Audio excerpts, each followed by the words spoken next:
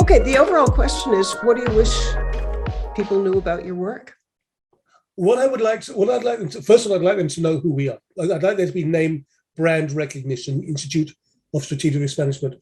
I think we've achieved that over the last 3 years. We're only 3 years old. I founded it in October 2018, and we went live on March the 10th, 2019. So it's literally just 3 years old. We now have 31 international chapters. We work, as you know, with some of the leading organizations in the world and are seen as viable partners for them on global operations. So the first thing is, I think that I would like to have brand recognition, that people know who the ISRM is, which I think we're achieving. The second thing is, I think we'd like to be known as an organization. And this is, of course, this is within our own mission statement that brings together academics, practitioners, and policymakers. Oh, beautiful. Gives them a platform.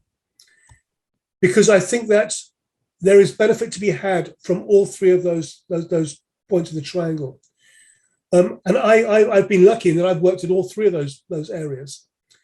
But what gets me in this complex, chaotic world we're living in, challenging world we're living in, almost none of our decision makers, whether they are corporate or governmental or NGOs or critical national infrastructures, they do not have an awareness of the unbelievable rich work that's been done on the academic side.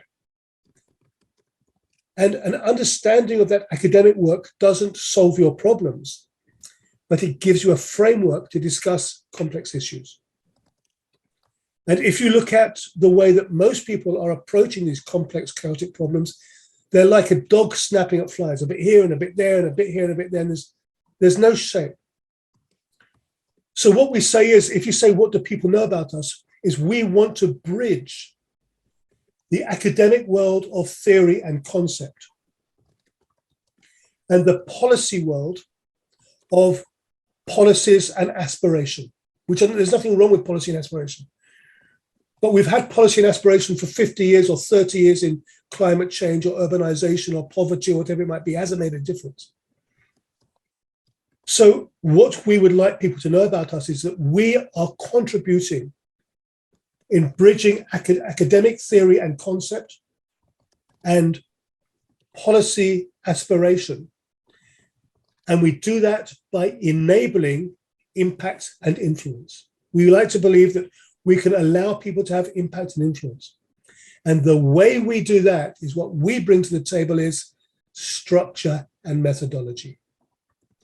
Because if you want to have a way of engaging with these complex, chaotic, challenging issues, then from our perspective, you need to have structure and methodology. How do we do it? One of the things about structure and methodologies which we bring to the table is, you look at where is the point of impact. If you're looking at that point of that having impact and influence, the question is, where is your point of engagement? Where do you focus your engagement? And if we look at these big scale, unprecedented events, whether it's climate change or it's technological failure or it's human overpopulation or whatever it might be, the natural point of engagement is the city. The city, the urban center is where it's happening at. So if you look at the snowstorms in Houston, Texas, it's not the American snowstorm or the Texas, it's the Houston snowstorm, or it's the New York flooding, or it's the Rio de Janeiro or the London. And cities are a natural point of connection, engagement. And the beauty about that is, and this is genuinely why we are focusing so much of our energy at the global urban resilience, and we've got so much support from it, is, if you're looking at national policy anywhere in the world, it is almost impossible to either A, meet people who do national policy, or B, to influence national policy. It's almost impossible. But if you want to influence city policy, you can do that in 2 days. I could get an email from any city leader in the world within 3 days, guaranteed. Because A, these people are much more accessible, but B, they are open to the idea of policy. You can put things in place which can have impact and influence. And what we are seeing is that when we bring this sort of language and conceptualization to the table, people listen and they go, you know what? That sounds interesting. That sounds interesting. And so what we've done is we've created a consortium now of over 30 major global organizations, including the International Federation of the Red Cross, Organization of American States, EU Erasmus programs, Asian Institute of Management, et cetera, et cetera, et cetera. Europe, in America, we have of course, with Brian, the Bosman Institute for Conflict Resolution, but also the Global Resilience Institute at Northeastern University, Georgetown University. These are all in our area of networking. And so I hope that we are seen as an organization that can help other organizations create a framework which allows them to understand structure and methodology in order to have impact and influence, to make the world a bit better. That's what we're trying to do. Talk to me a little bit about how you came to this. Like, what's your background? What did you study to have this figured out? I've been in security all my life. And what happened was I spent many years traveling. But in 1989, I was actually in America. I was in Indianapolis, 89, 90. My father died. So I came back to London. And I'd spent 5 years in Japan doing martial arts. So I came back to London and I started a small little martial arts school. And I started teaching, self-defense, to librarians and bouncers and whatever it might be. And I've basically, over the last 30 years, I have been at the not at the forefront, but I've always been the second generation of the professionalization of security and risk management. So 30 years ago, the idea that you needed a degree to do security would be just laughable. It would make no sense. Now, in corporate security, master's degree is the entry level. But there's people who have, like myself, who have masters, who have doctorates. There's chartered security professionals. And we've seen very, very much the professionalization of the sector. In 2013, I got headhunted by an American company. Just so that my readers are on board with what we're meaning by security, does that mean like at a national level, or it's somebody's beating down my door? It's everything. It's everything.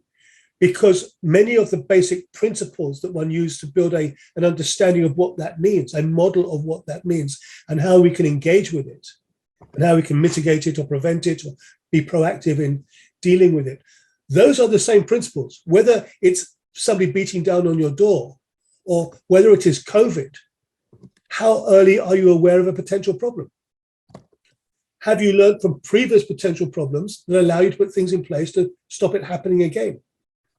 And if you do hear that there's a problem, whether it's COVID coming out of Wuhan in China or somebody knocking at your door, do you have a plan? Are you able to adapt? Do you have resources?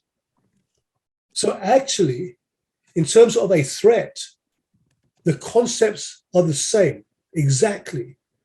It's just that you have to contextualize them and scale them up. But for example, the first rule of any security system is try not to be surprised, be aware of it. Now, I certainly in the United States, but if you look at in the UK, in November 2019, word came out of Wuhan that there was something bad happening. That was being known. The UK government ignored that completely until February 2020, when basically northern Italy went into lockdown. We had our first death, I think, on the 7th of March 2020. And it was only then that the Cabinet Office started taking it seriously. Now, if they had been aware of that 6 weeks or 3 months earlier, then they could have dealt with it in a much more structured way. It is exactly the same if you're thinking about your own security.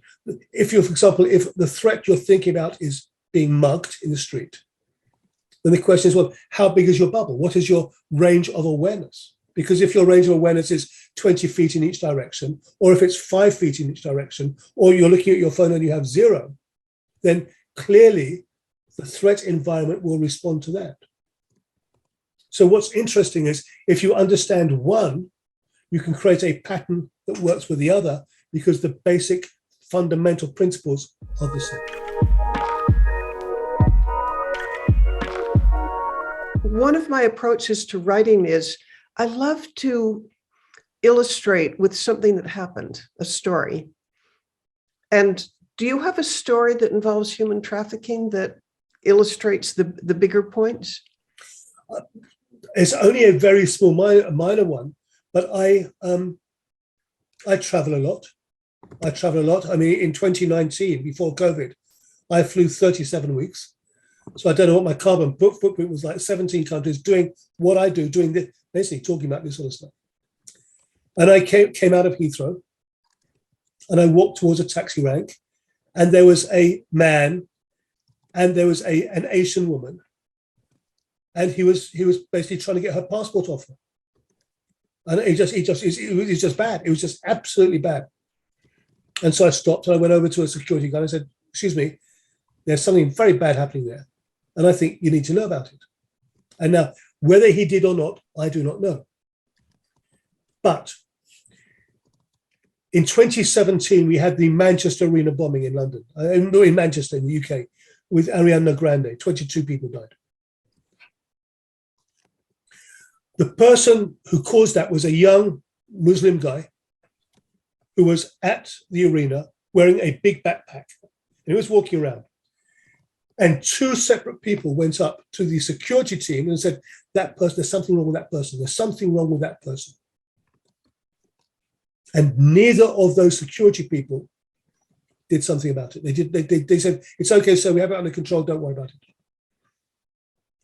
And if they had paid attention and gone over to that young kid and said something, those 22 people would not have died.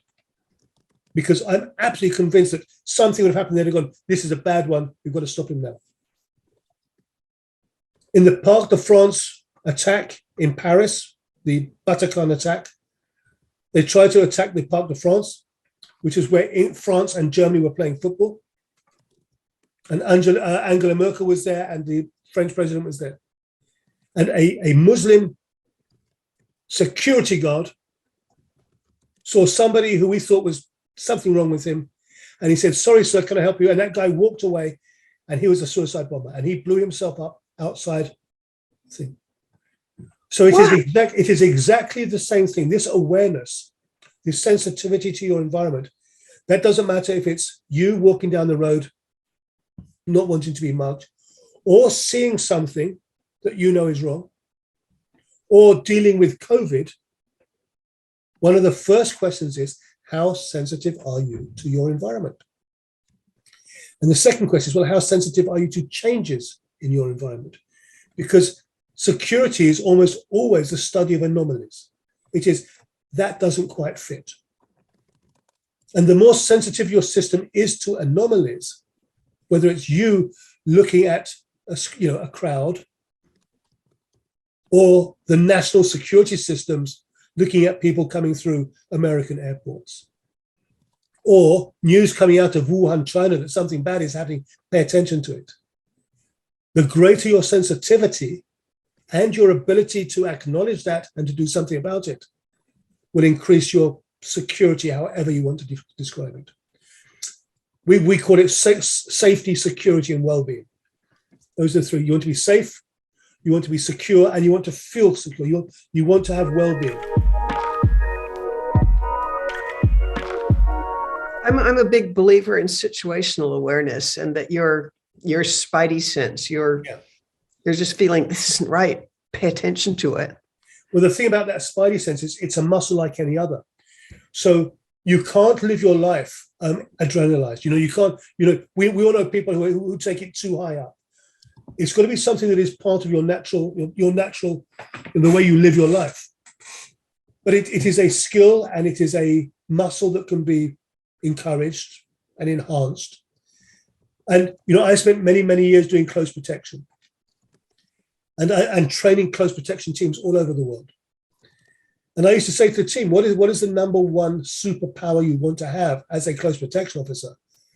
Is to see 5 seconds into the future. If you can see 5 seconds into the future, you will never, ever, ever, ever get into trouble. And the thing about it is that most of us, if we believe it's important enough, we have that. And the problem is that when you get people who have those roles and responsibilities, for example, within government, whose role is to maintain the safety and security and well-being, but they're not looking outside, they're not paying attention to those messages. And then from an academic perspective, what they're doing is they're committing a dereliction of duty, because that is no longer a technical problem. Do we do this right or wrong? It's, are we acting in a correct way given the responsibilities that we have? And if you look at most crisis events, and including COVID. By the way, I should Please. The niche that I have with Psychology Today, I write their anti-trafficking blog, so we have to keep it somewhat. Yeah, fine. Yes, that's good. We can bring that back in. Yeah, what I can use best relates to trafficking.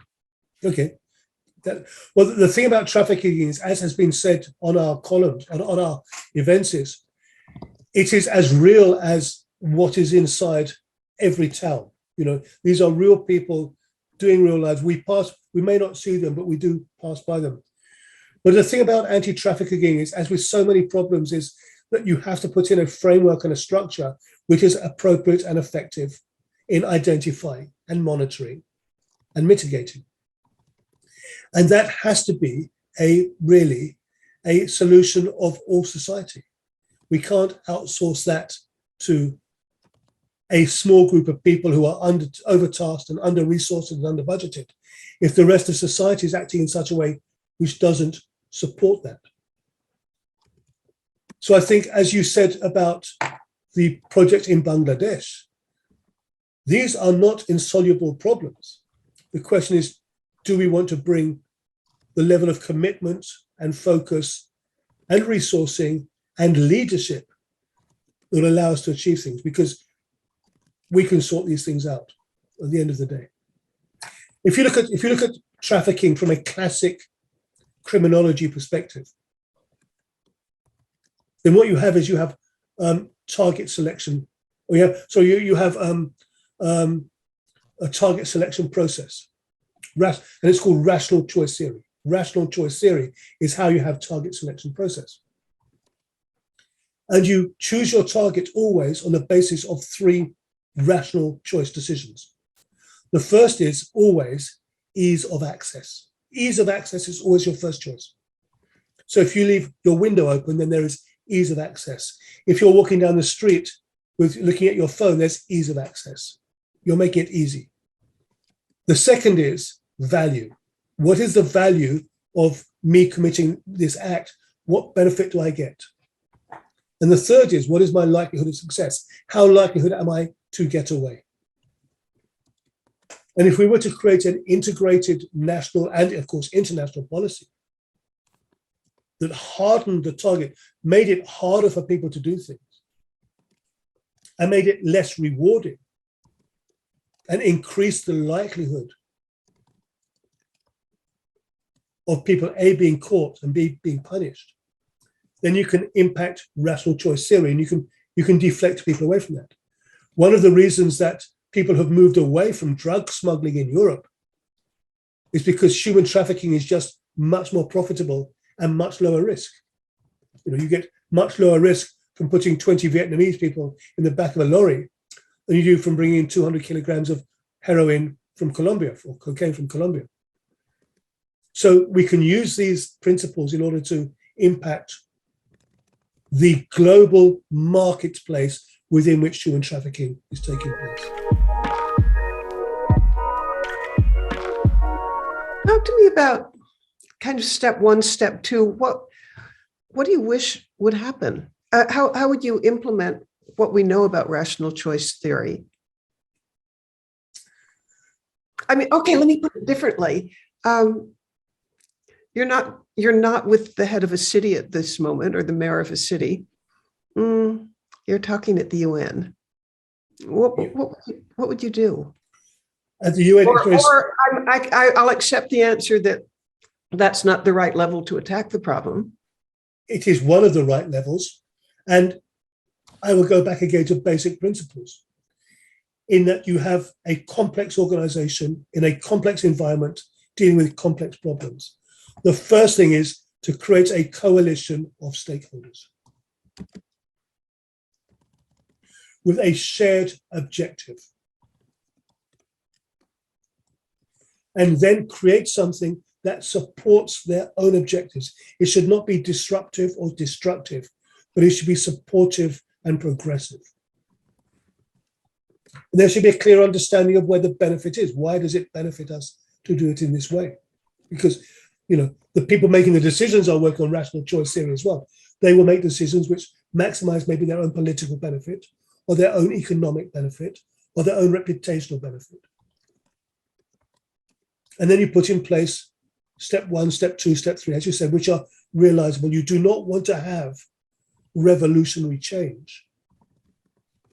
You want to have incremental change, which has significant impact, because change is itself always disruptive. And most countries have something in place which is workable and usable.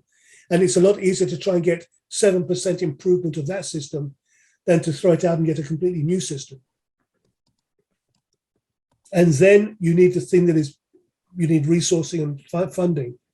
But what you need leadership. You need political leadership, national leadership, global leadership. And that has to be on a sustained basis. It's not quite the same, but as an example of the ability to change things around, you can look at Medellin in Colombia. And Medellin was, of course, cartel central #1 for many years. I was working in Colombia, in Bogota, just before COVID. And they said, do you want to come up to Medellin? I said, what? Is it safe? He said, man, that's the old Medellin. The new Medellin, you won't believe it. So I went up there, and Medellin is beautiful, beautiful, beautiful. And what it is, it's in a very, very steep ravine. So you've got very steep cliffs, and the rich people live at the bottom, and all the jobs are at the bottom. So basically, you have the main road, and sort of everything is around that. And on the side of the hills, you have the favelas. And on the hills, you have what? Favelas, the slums. Okay, yes, okay. Favelas. But the problem is that the people from the favelas can't get down into the valley. They can't. There's nothing there. And so what they did was they built, like in ski, these looping. What are they called? I can't remember what they're called now. Cable cars. They built cable cars, which is relatively, it's relatively cheap to build. Relatively, it's not like having to build a subway system. So they built every sort of 500 meters. There'll be cable cars going up and down from the hills down to the valley, and that meant that people in the favelas could go down to the valley and get work. And it took them 20 years. And over 20 years, I think they had 3 or 4 changes of government, and each government kept to the same plan. And they transformed. And now, if you look at, I can't remember, I think it's a United Nations thing, but Medellin is like one of the most transformational cities in the world. I'll look at that up and I'll get that for you because it's a nice quote. But it is used as an exemplar of how you can have systemic change over time. And I think that's an example of how you bring, if that works on a place like Medellin, then you can bring the same principles and structures and frameworks to try and talk about things like trafficking. By the way, Medellin, it's no longer trafficking, it's no longer cartel. Okay, no. Listen, there are still problems in Colombia, as we all know. But no, it's not. I walked around in Medellin. It is a wonderful, beautiful place. They have the flower festival. They have great music. Oh my God! I mean, every bar in Medellin, every bar in Colombia has music. But it's a place that is. I recommend anybody to go there now. And again, if you understand these things, you can walk around, and you appreciate how they did this and what they did. But that is an example of a large-scale, longitudinal project that created significant change. And if it can happen there, with all of the challenges that they were there, you can certainly bring that sort of game to the trafficking issue. Want to talk about the principle of eliminating trafficking in one country? Absolutely. It's a bit like you look at polio or malaria.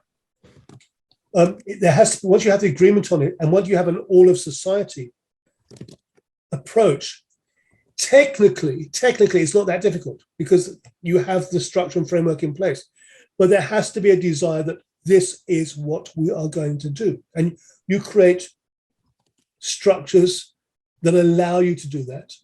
You have community-based structures, you have city management-based structures, you have national policy structures. We're actually involved in a program in the Indonesia called BUILD, which is an EU Erasmus program, and BUILD is building universities for leading in disaster resilience. And what that program is, it's taken 8 universities. They said each university will on their own be a center of excellence in terms of national strategic risk and crisis management. But what they do is, and I think I put this in your email, each of them has 3 vectors, 3 areas of movement. The first vector is up into the government to influence and support government policy. They say, we're academics, we can help you understand the problem better, model it better, we can help you develop better policy. The second vector is down into the community and saying, we will enhance and support community leadership and engagement, because at the end of the day, it has to be owned at the community level. And the third vector is out into creating networks of strategic stakeholders. And that might be NGOs, or it might be corporates, or it might be power companies, or it might be infrastructure, or whatever it might be. Religious groups as well, very, very important community groups. And it seems to me that if you're looking to do let's get rid of trafficking in one country, that's exactly the process you need to have. And so you have a framework that says, okay, we want one of those. We want one of those, please. What you've just done over there, we want one of those over here. And that's where you see structure and methodology comes in. And it allows you to have impact and influence within complex environments. So I think that if somebody wanted to back that, there's a structure methodology there.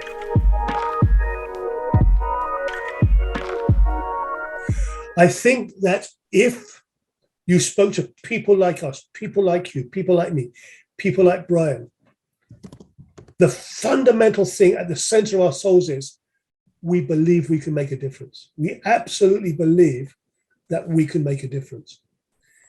And what's been interesting about COVID is that COVID has almost been a global reset. It's pushed a button and everything's gone back to zero, which means that there's a whole lot of possibilities. There are opportunities and possibilities now which did not exist in 2015 or 2019. But now, post-COVID, there are opportunities. And the thing about this is that if we create capabilities, for example, to eradicate human trafficking in one country, that is in itself both scalable and transferable. It allows you to do it in other countries. But if you can do that with trafficking, you can do that with mosquitoes. You can do that with pollution. You can do that with fresh water in your rivers. And so it's transitional because you have structural methodology. There you go. That's it.